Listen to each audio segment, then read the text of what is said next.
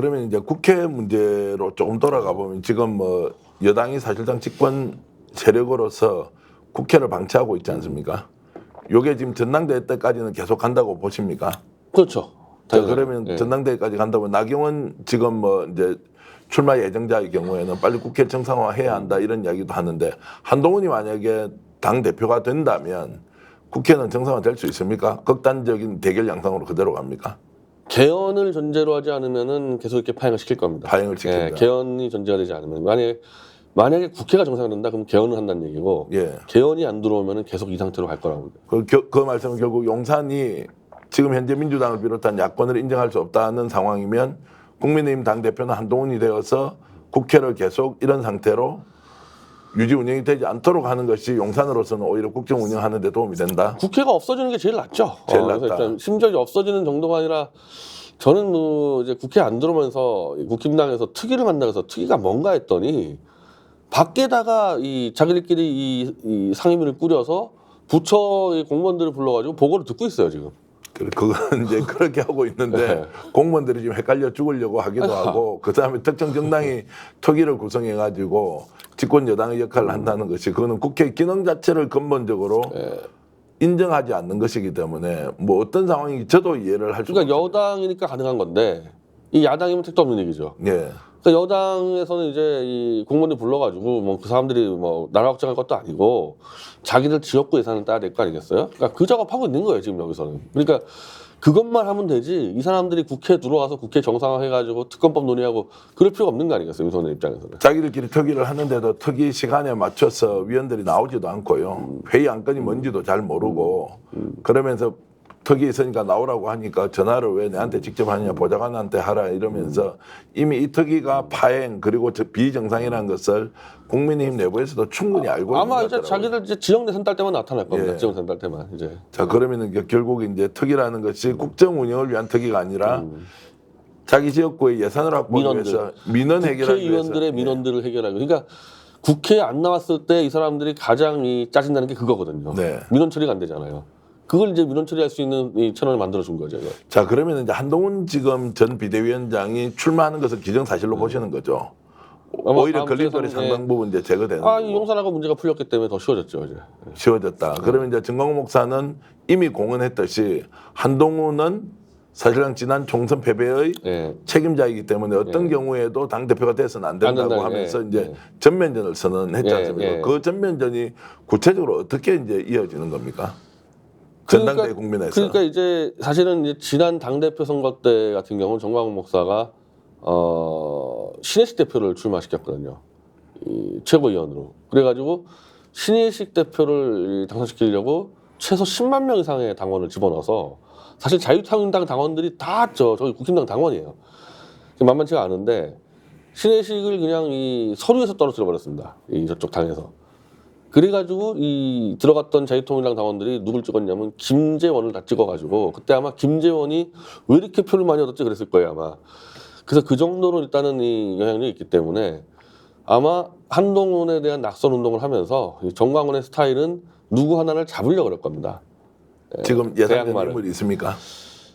제 생각에는 아마 원희룡하고 우리 가까운데 그 사람들이. 예, 예. 근데 이 구도로 볼 때는 윤상현이 나을 수도 있어요. 그래서 예, 아마 예. 머리 엄청 굴릴 텐데 뭐 내가 정광훈 옆에 있으면 윤상현 잡으라고 하는 겁니다. 예, 예. 원희룡은 너무 윤석열과 같이 붙어 있었던 반면에 아까 말한 윤상현은 태극기 운동도 했었고 원래 친박계였으니까 돌아설 수 있는 여지가 워낙 크거든요. 윤상현이 훨씬 낫죠.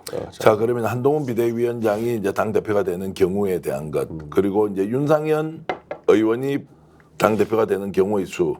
자 윤상현 윤상현 지금 의원이 당 대표가 되면 어떻게 됩니까? 지금 윤석열 대통령 일장 거리를 두고 국회를 정상화시킬 가능성은 없습니까?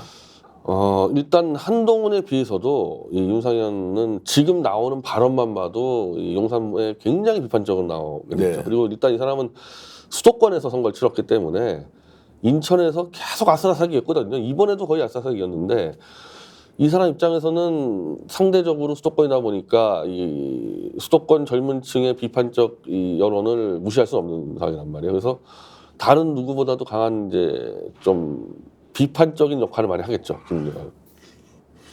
당 대표가 되려면 결국 대구 경북 TK 쪽에서 당원들이 가장 많고 그 지역에 이제 지지를 얻어야 하는데 윤상현 의원 같은 경우에는 그 가능성이 그게 안 되기 때문에 윤상현은 사실 지금까지는 항상 뭐 당권 도전하니 많이 그래도 유력 후보도 안 됐었거든요. 예. 한 번도 올라본 적이 없어요, 후보에. 예. 그러니까 이거를 만약에 이 영남권 당원들을 돌려 세워서 이기려면은 이건 윤상현이 해야 되는 게 아니고 전광훈 플러스 범보수 제야 조직이 다 움직여가지고 한동훈의 그 박근혜 조작 날조 수사를 그걸 이슈화 시켜야 되는 거죠. 혹시라도 지금 박근혜 대통령이 한동훈 지금 전 비대위원장에 대해서 어떤 감정을 가지고 있는지 이런 게 혹시 이렇게 체크되는 게 있습니까? 굉장히 그 불편해한다는 얘기는 들렸었어요. 예. 그러니까 이게 지금 저 홍준표도 똑같은데 예. 사실은 한동훈은 윤석열이의 그냥 뭐 직원이었죠. 따지면 예. 윤석열 직원이기 때문에 예를 들면 박근혜에 대한 조작날 수사가 문제가 난다 그러면 윤석열이 주범이고 한동훈이 종범인데 홍준표든 박근혜든 이왕 대통령 됐으니까 이 사람은 그냥 제끼고 가자 우리가 슬슬 기면서 근데 그 밑에 있는 졸개 역할했던 한동훈이가 또 올라온다 이건 못 참겠다는 거잖아요. 이제 홍준표 예, 얘기가 그게 박근혜도 같다는 거거든요. 그러면 이제 대구 경북 정서도 어떤 식으로든 해보면 한동훈 비토 쪽으로 몰고 갈 수 있다. 그러니까 그게 이제 정확히 이게 나와야 되는 거죠. 한동훈이 그 당시 박근혜 수사할 때 어떤 짓을 했었고 이게 지금 장소 녹취록이 상당히 이제 많이 이제 지금 평상화가 됐거든요. 네. 이게.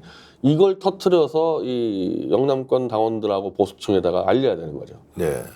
자 그러면 영남 쪽에 있는 당원들도 한동훈이 실질적으로 조작 날조의 가장 앞장섰다. 뭐 이런 이제 평가를 하게 되면 이제 비토할 그건 돌아설 수 있는 여지가 충분히 있죠. 자 그럼에도 불구하고 지금 후보로 나오는 후보군이 나경원, 안철수, 윤상현 다 좀 약하지 않느냐 이제 이런 생각 때문에 한동훈 대세론 뭐 어차피 출마하면 한동훈 당 대표다 이런 쪽으로 이제 가고 있는데 그게 이제 우리가 일합을 겨루는 일종의 이제 전환점이 되는 것이다. 어느 정도 세력을 모아서 범보수가 한동훈과 이제 비토 전선을 형성할 것이냐 예. 이렇게 이제 봐야 되는 거죠. 예, 그러니까 이 인물론 가지고는 현재는 안 되는 거고, 안 되는 거고. 또 용산도 한동훈을 지원하니까 안 되는 거고, 이거 없는다는 것은 8년 전에 있었던 그 일을 다시 꺼내 들어서 다시 엎어야 되는 거거든요. 예.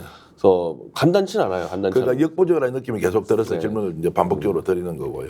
그러면 김건희 여사하고 지금 한동훈 비대위원장이 사실상 뭐 원수까지는 아니어도 뭐 거의 뭐 절연한 상태다라고 하는 것을 과연 윤석열 대통령이 김건희 여사를 설득해낼 수 있느냐 이것도 지금 이제 충분히 질문으로 나올 만한데요.